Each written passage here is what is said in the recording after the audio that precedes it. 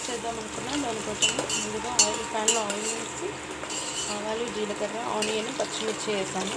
ఇది కొంచెం వేగాక టొమాటో యాడ్ చేస్తాను. అండ్ ఒక 2 ఇలాచి, ఒక 4 మొగ్గలు అండ్ కొంచెం చెక్క యాడ్ చేశాను అనమాట. ఇప్పుడు మనం టమాటో ఫ్రై చేస్తాము.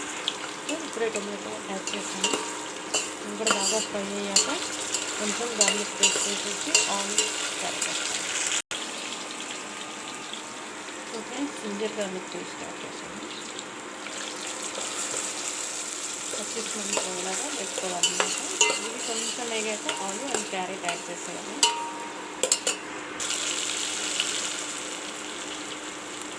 కొంచెం పసుపు, ఒక్కసారి కొంచెం ధనియాల పొడి,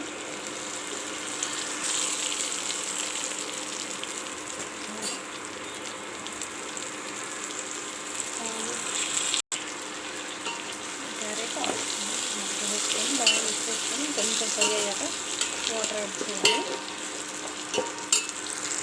సో నేను 1.5 కప్పు రైస్ తీసుకున్నాను. సో అందుకని 3 గ్లాసెస్ ఆఫ్ వాటర్ పోస్తున్నాను.